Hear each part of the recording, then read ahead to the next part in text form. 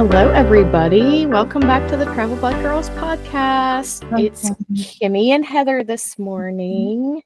Excited to talk to you guys. And I think this is going to be a really fun topic. We are going to be talking today about unleashing your ultimate travel experience, going beyond just getting a postcard from somewhere, and ways that you can soak it in and really just appreciate where you're going, what you're doing, and get the most out of your travel. Because if you're going to spend a lot of money on it, don't you want to get the most for your money? So more than just hitting the tourist spots, what can you do to really experience the places you're going when you travel? Heather, you said you've had a little quote about travel that you'd like to share with us this morning. I'd love to hear it. Yes, as I was looking at this topic, I'm so excited about this topic because I feel like it kind of gets to the heart of what I love about travel.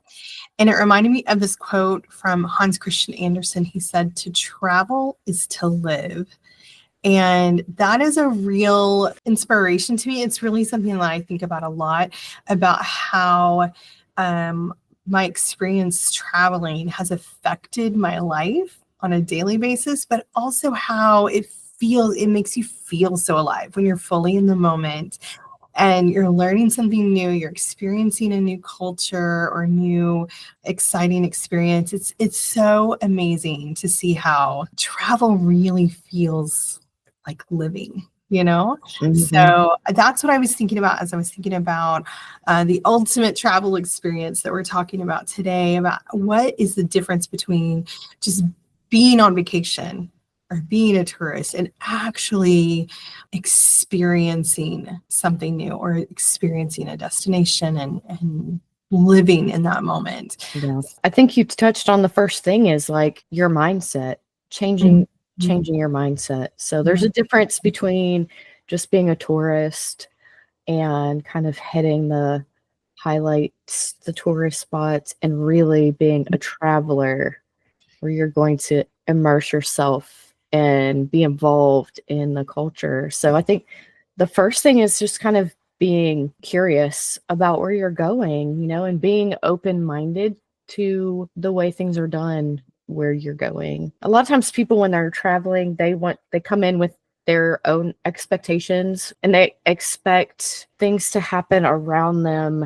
that they're comfortable with, and and for the world to sort of pave the way for them. I think we kind of touched on this in the past as far as like Americans, sometimes we have that expectation, but being open to, I am stepping into somewhere that is different and I'm going to step back and kind of carefully walk into their world. It's their world that I'm That's true. You're stepping into their space. Yeah. And sometimes, to say the extreme here, sometimes Americans tend to think it's our world. It's my world, and I can go wherever I want and I can do what I want. And to some extent, that's true, right? It is easier than ever to explore this world we have, to connect with people, to really enjoy spaces that before maybe we would have had limited or no access to.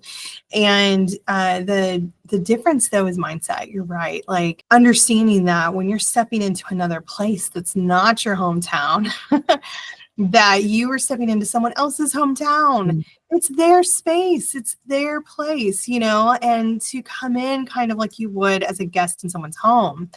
You don't walk in like, this is my new home. You walk in and are like, thank you for having me here. I'm so excited to be here and to experience this with you. And I hope we have a great time.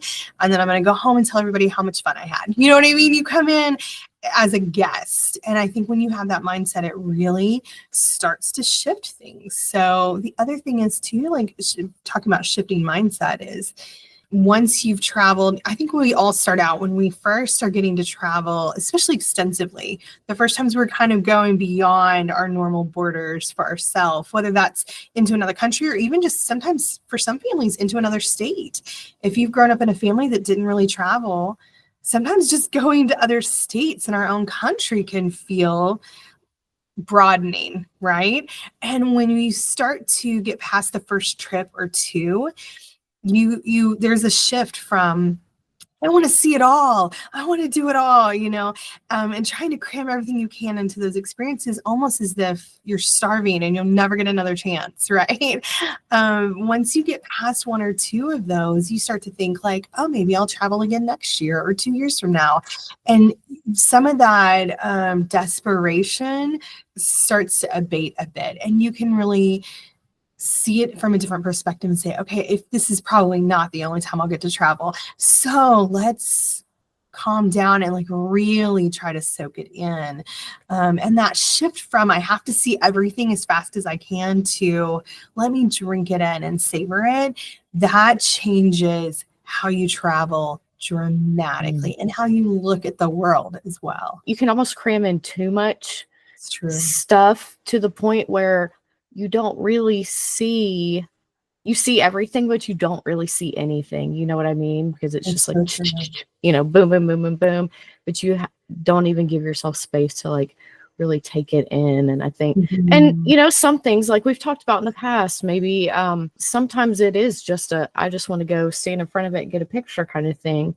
But some places where you would want to sort of stand there and soak it in, if you don't build in that space to do it, because you're just trying to cram in as much as I can into this little bit of time, then you really miss out on what you're actually there for. That's true. And also the exhaustion that comes on the heels of that can really disrupt your enjoyment of your vacation. So, or stress, like if you're traveling as a family or in a group, also, I mean, like think about how you are when you're hungry and tired and kind of overwhelmed. Like then we're not our best selves, and then it can cause conflict that's just unnecessary, and then everybody goes home grumpy. And like, Yeah. I mean, I've been a part of those trips. I have contributed to that on trips in the past. And I have learned through the opportunity to travel that it doesn't need to be that way. And a lot of that is about, did everybody get to sleep? Did everybody get fed? Did everybody have a minute to sit down and breathe? And so planning in those slower moments in between the activities really can maintain a happier, healthier tone in your trip as well. And so just, these are things we talk about on our podcast a lot, like how to make sure you have your best trip. And this is part of that too, like planning ahead and your mindset to start out with. But there's so much more you can do to make sure you really get the best out of every vacation. I think also allowing for room for spontaneity, like for that little, side trip when you go to like the Eiffel Tower, but then you find out about this cute little cafe that's just on a little side street, and like having time for that, and also being willing to do things that are maybe outside your comfort zone a little bit, because you're in a new place. Like if you're only going to do things in this new place that are in your comfort zone, again, you're going to miss out on a lot. And I see that a lot in foreign travel in particular. This is just the nature of humans. I think we are drawn in general, not everyone, we all know some adventure seekers, but most of us are drawn to the familiar and the comforting, right?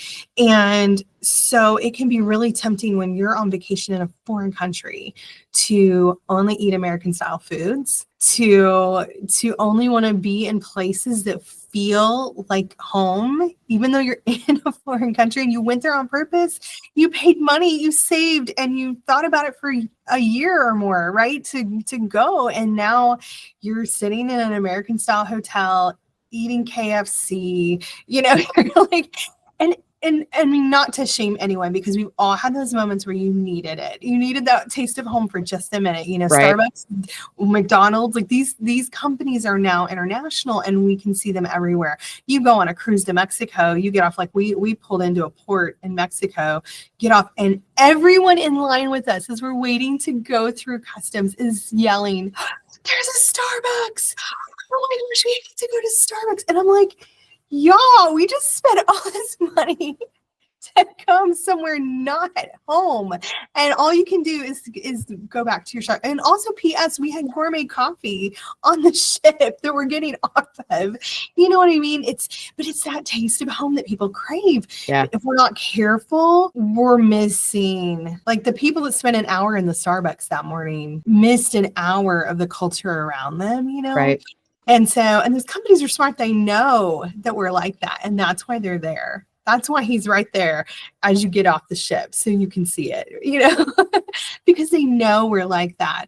But if you really want to experience a culture, then you have to be willing to step outside that comfort zone, and leaving room to explore. And that spontaneity that you're talking about is so precious. It changes everything. I think another thing too is, and we talk about this, I feel like we talk about this so much, but setting realistic expectations when you are going to a new place, as far as like, there are going to be stressful moments. You just expect that there are going to be stressful moments. You're in a new place. You might not be as familiar with the language. You're not as familiar with the customs. Expect that there is going to be some stress. There's going to be some hiccups, especially with the way things are in the travel industry right now. Anyway, even airlines, everything is kind of a little stressful. But if you decide from the beginning, like, I know there's going to be some stress, and when it happens, I'm going to do my best to keep a positive outlook and know that it'll get resolved, and then we'll move on and things will be fine. And I'm not going to let it ruin my whole vacation. So I think like making that decision from the beginning, like have your expectation, decide how you're going to react to it, and then move forward from there before you even go on the trip. That's a huge like mindset shift that can really make or break your trip sometimes. Yes. And I think if you can have that conversation between you and your travel partners ahead of time, it makes such a difference. Here's a small example. Our family had a trip to Disney that no one in the entire group had ever been to Disney. And we were all going for the first time. And it became apparent in our conversations as we were planning, we had different expectations of what that was going to be like. Some of us are willing to spend more money. Some of us are not willing to spend any more money than what it costs to get in the door, And like the expectations were different. I don't really want to ride rides. All I want to do is ride rides. Like everybody had different ideas. And even though we couldn't come to an agreement among the group, my husband and I sat down and said, okay, if this happens, this is what we're going to do. If this happens, this is what we're going to do. This is how we're going to handle it. If they're wanting to do this and we feel differently, this is how we as a team are going to handle it, so that we don't cause conflict. We don't make this stressful, so that we don't start to panic, and those conversations are so helpful. So whether it's you and your best friend, you and your mom or your husband, whoever you're traveling with, if you can come to some agreements, okay, listen, what are we going to do when one of us is starving and the other one isn't? And we have a plan. What are we doing? What if one of us needs a nap, like hardcore? What are we going to do? How are we going to handle that? Are we going to be flexible enough to deal with it? So those things are really important to discuss before you go. Yes, I have traveled with the group and had one person that was just like grumpy the entire time. And everybody kind of just had to cater to that. And it affected plans. It affected everybody's feeling. It was a lot. So I think, yes, having those conversations before you go are very important. Yeah. And my personal goal is always to not be that person. So, because I really can be. I have a lot of opinions about what's supposed to happen every day. And so, you can imagine as travel agents, we're kind of tend to be those people. It helps that I so love travel and I love people. That helps. Because I can be focused on those two things rather than my feet are tired, I'm hungry, I really need it. I can get a little whiny if I'm not careful, but planning ahead makes all the difference. I know one practical tip that I read that people recommend is journaling, which I thought was really cool. And I've actually done that before.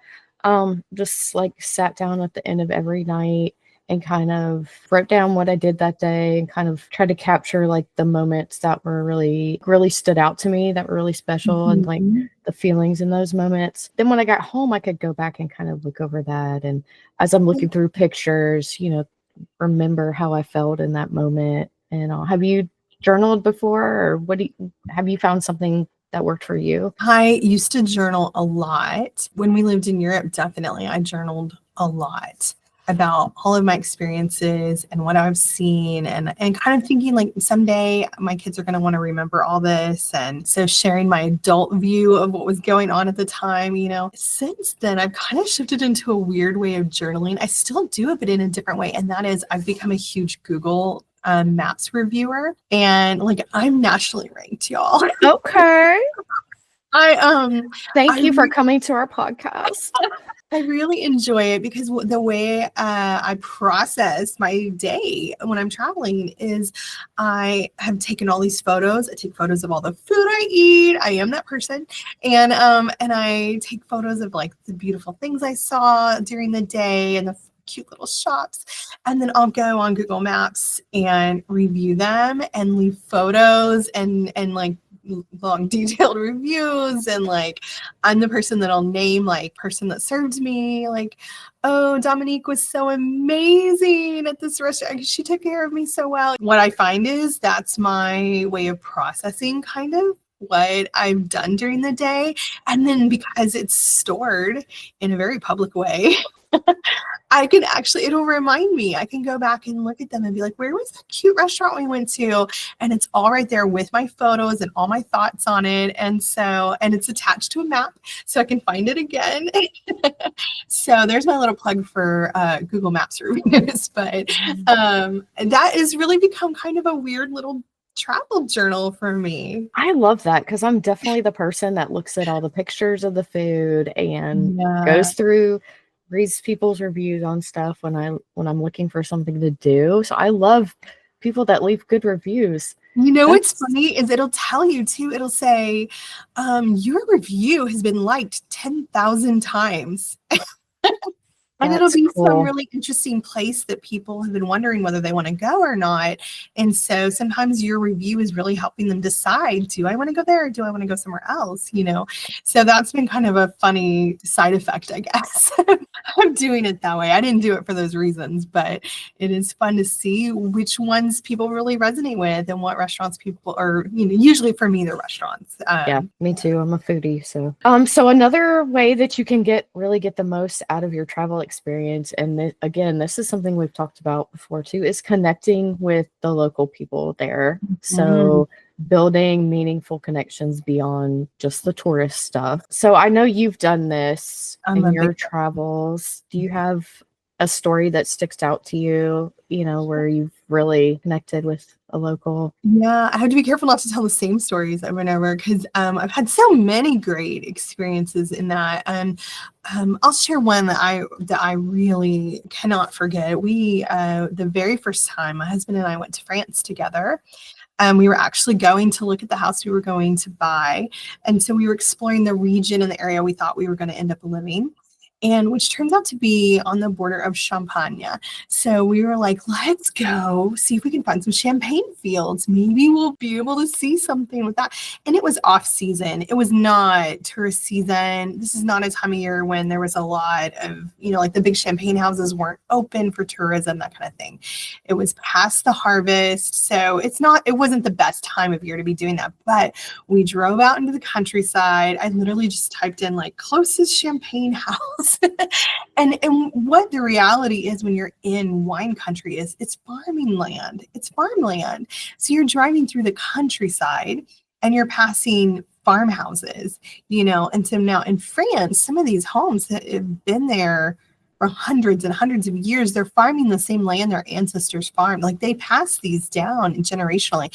And that's why champagnes tend to be named after families, and they're named house of so-and-so, because they're family owned farms essentially. So we're driving through the countryside into this tiny little village, and it says, I'm looking at Google Maps and I'm saying, this one says they're open. Look, there's a sign. It says they're open for their tasting room. Let's go in. We're the only car that pulls into the parking lot. There's nobody else there, but I can see a tractor in the field, and that's it, And we get out thinking like, hopefully they'll let us in. Hopefully they won't be weirded out that we just pulled up.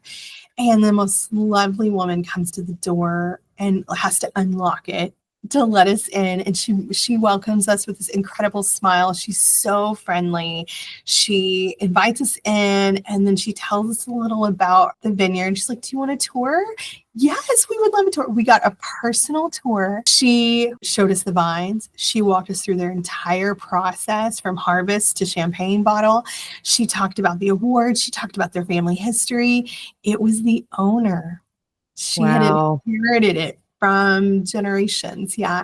And she was personally sharing her pride and joy. It was such a beautiful experience. And she spoke just enough English and we spoke enough French to have a really wonderful time and understand what was going on. And then we bought some champagne and we thanked her and we left. And we ended up building a relationship with them. And every time we would have guests, once we moved there, when we would have guests that wanted to see champagne, we would say, "Oh, we know just the place." And we would call her and take friends over there and she would give them the most lovely tour. And we've had some of the happiest memories with friends at her champagne farm. That sounds weird, champagne farm, but that's what it is. Yes. Anyway, in the vineyard. And it's just those kinds of moments, though, are so special because you're seeing behind this. We didn't just have a tourist experience there. We got to see how the locals live and hear her family story about what it's like to live there and raise award-winning champagne grapes and that whole process. That is a special thing. And so it's just those experiences really have shifted how I travel. That's all I want now. Everywhere I go, I want to know who owns this restaurant and why, and what's your favorite thing you make here, and where does your food come from? And then I want to go and meet those people and like, who can you introduce me to who knows about all of this? I want to talk to somebody who's obsessed with cheese. Tell me everything, things like that. So that shapes how I travel because I want those personal, cultural experiences. Right. I want to meet the real people behind everything. Yeah. Personal connections. Exactly. Yeah, that's awesome. I love that. Mm-hmm. Something you touched on was you knew enough French and they knew enough English so that you could communicate. That's something that we could talk about that I know is helpful. It's just learning language basics so that you can navigate wherever you're going. I think is definitely hugely helpful. It makes a huge difference. I have had both good and bad experiences based on my language understanding. So if I would say not only personal greetings, a lot of people will at least memorize, "Hello, thank you, how much does this cost? Where's the bathroom?" Like a lot of people I've met when they travel, they try to at least learn a few phrases. That's extremely helpful, by the way. And I would say, "Where's the bathroom?" is my favorite phrase in any language. But the other thing is learning how to read signs. Like really basic signs is important because we had a really difficult situation once in Germany. I knew very basic German. I knew the hello, goodbye, thank you, please kind of conversation. I did not know anything that would help me in a traffic situation where there wasn't pictures. And one time we parked at a train station and we're standing in front of the sign at the parking garage, trying our best to decipher it and determine, is this saying that we can leave our car here overnight or that we can't leave our car here overnight? Because we're about to be gone for 3 days and we're leaving our car here and we could not determine. We tried even with like Google Translate and everything, and we could not for some reason determine what the sign was saying. And I think the situation was we didn't have cell service there, so we couldn't use our phone. That makes more sense. I think that was the situation. We were kind of stuck and we were like, okay, we're going to leave it and hope it's there when we get back.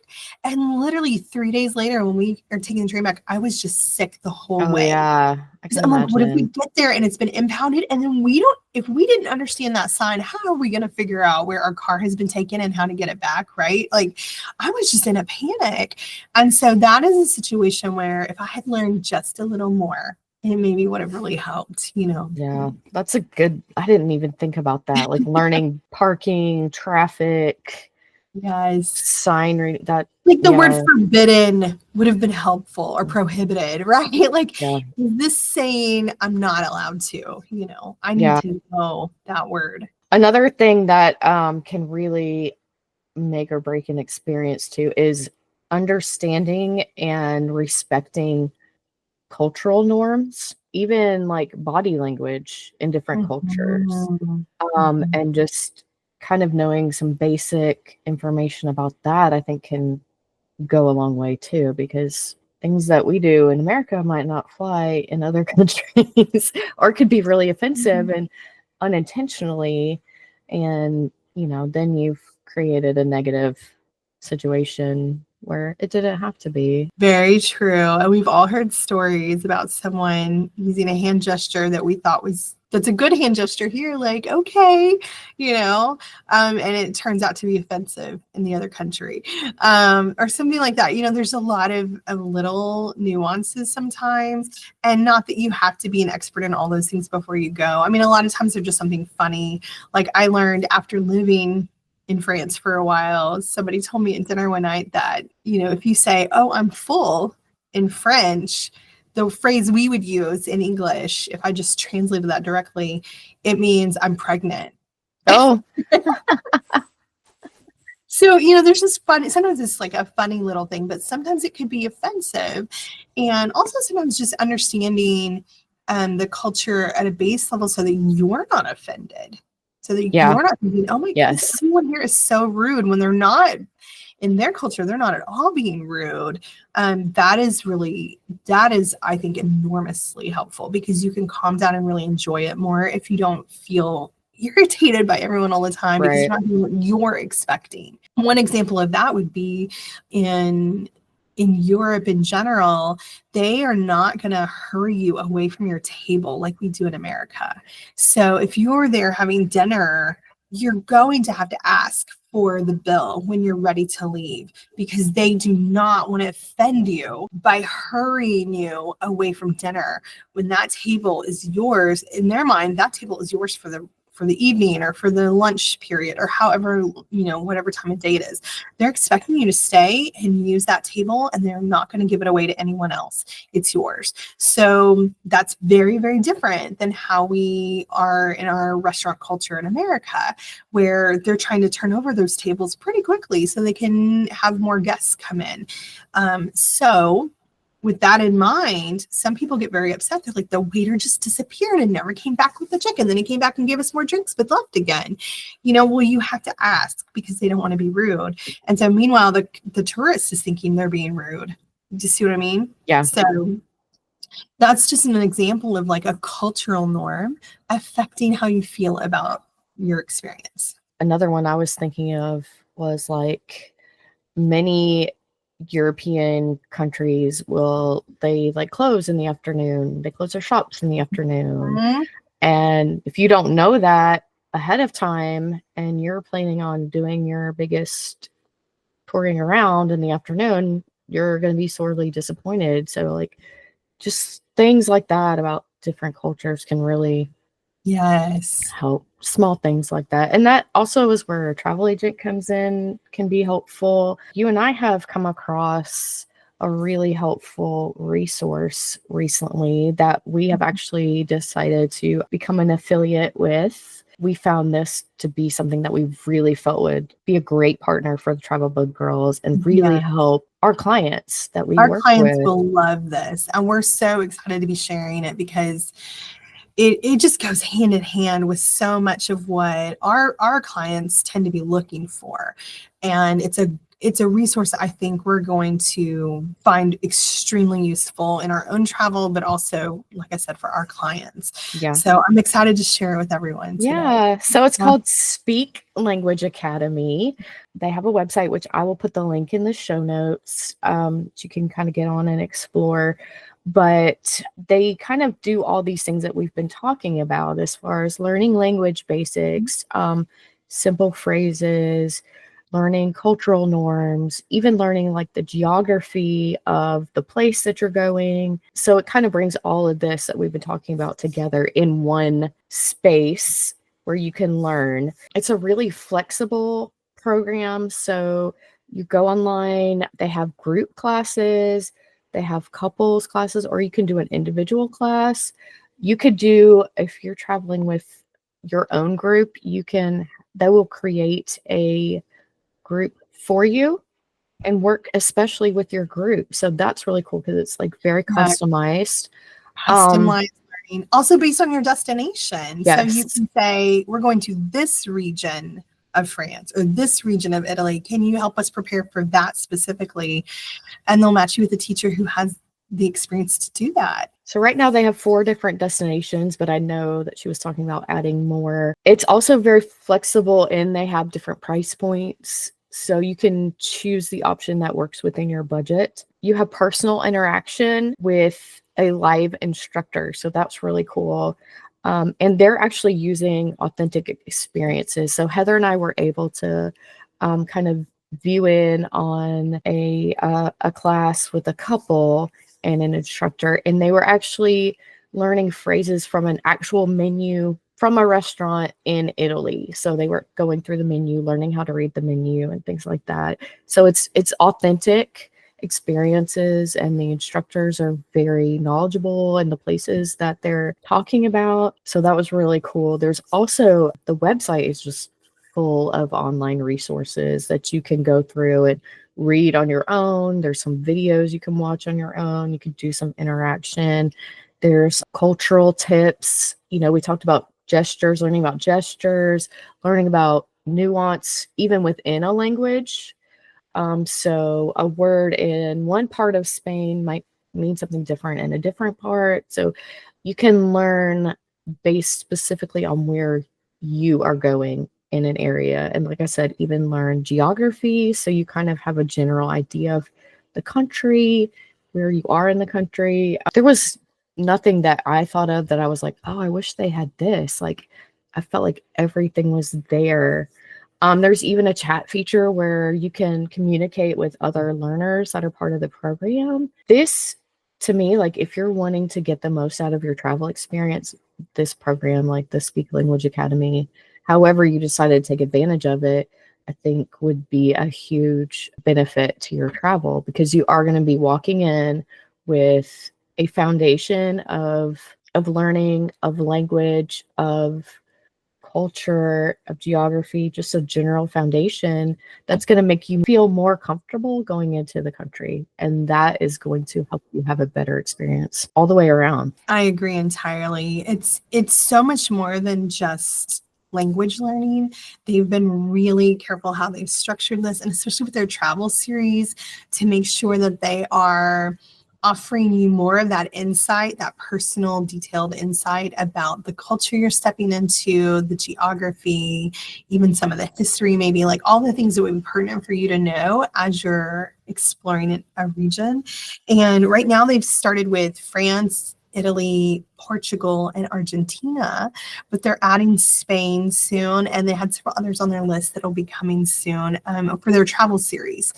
And what's nice about that is a language does change as you cross those borders. So even though they might speak the same language in Spain and Argentina, right? The fact that there's so much difference in history and geography and all of these things, it's affected the language over time. And so that is something they can speak to directly, those nuances in slang, for example, and that kind of thing is really important. So I love the way they've structured this, and especially that you can take group lessons. That's something we're going to work with them to build some custom language learning groups for some of our trips, so that when our clients are going on a group trip, they can take advantage of that.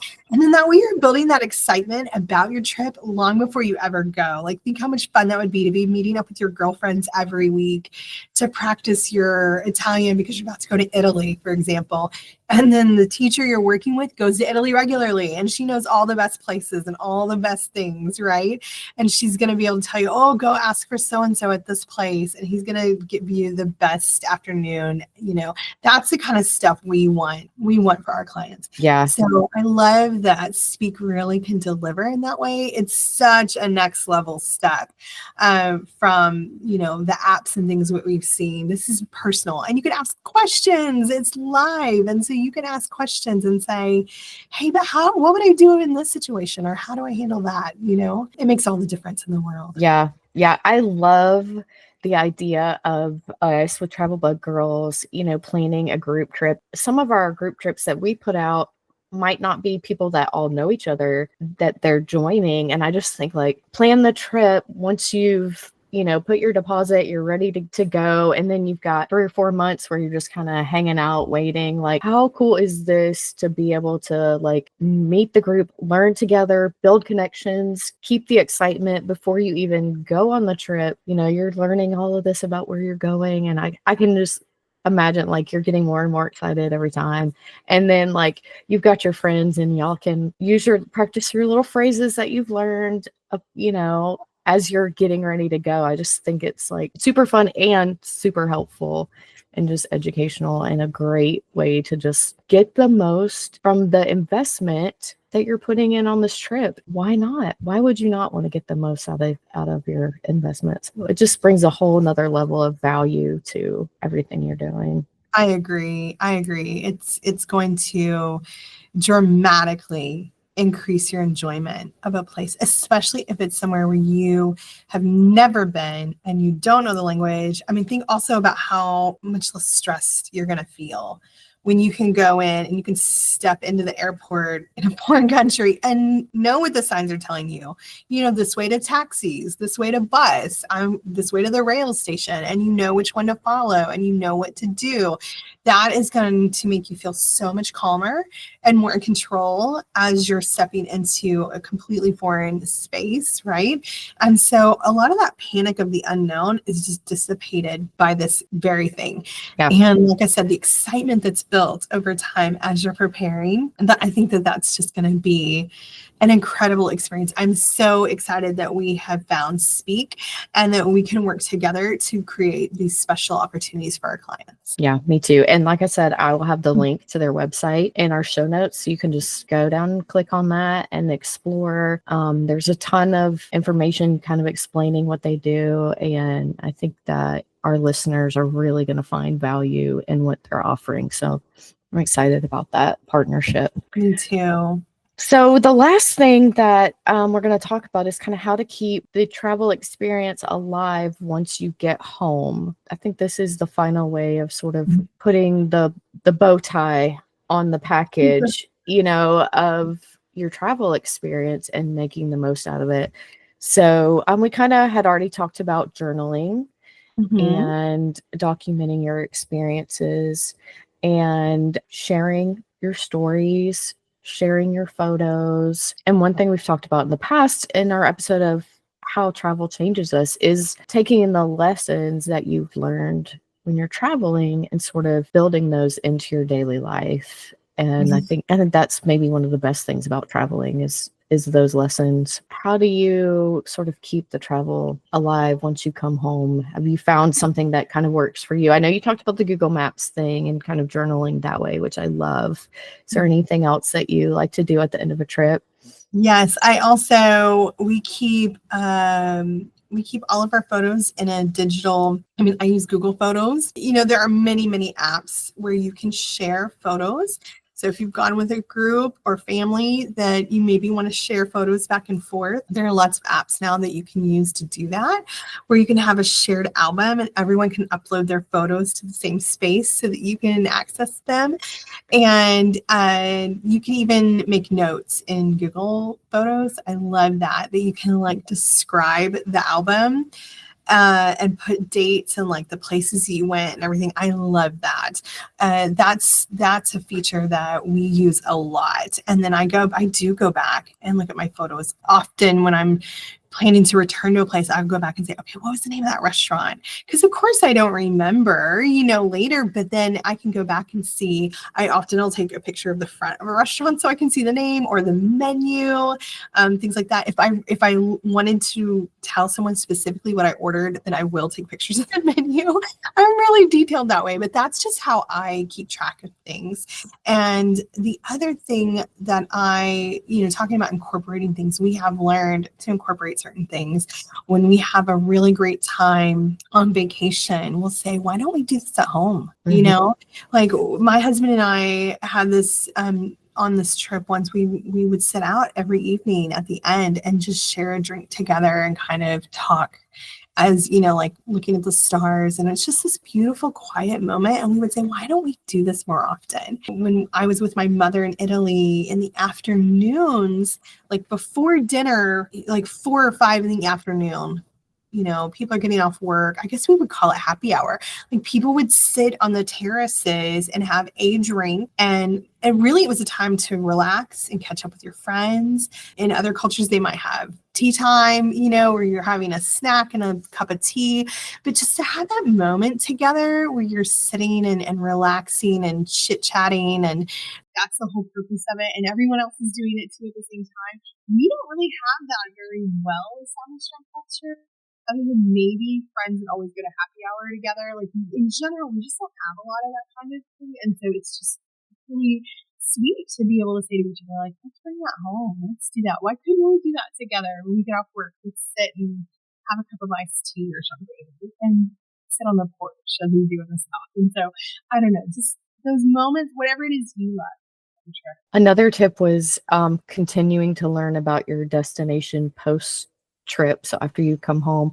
And one of the joys of like Facebook and the internet is like a lot of times you can find the restaurants you've been to or the places you stayed where you connected on Facebook or online. And so I like to follow those places where I've been on Facebook and kind of keep up with what's going on there, what's going on on the island or in the city or whatever.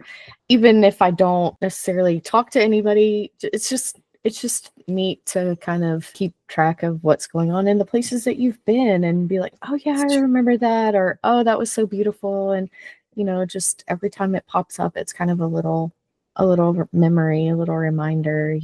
Trying to cook maybe some of the new food that you learned about while you were traveling. That's a fun thing. So I think I love what you said about finding the moments that kind of meant something to you and then finding a way to bring that back and make that a part of your life. I think that's all the time that we have today. I feel like we had some really great ideas. It just makes me excited, makes me want to travel more. And again, like you are putting in usually a lot of money and time and planning your vacation, your travel experience.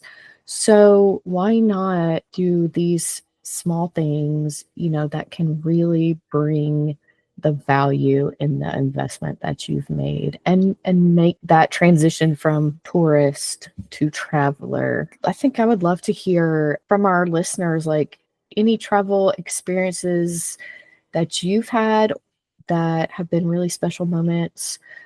Your tips for how you maybe bring travel home with you, or what you have found to sort of be in the moment, what helps you. So I would love to hear from our listeners on that. And thank you so much for joining us today. You guys check out Speak Language Academy and let us know what you think about them. We will see you guys on the next episode.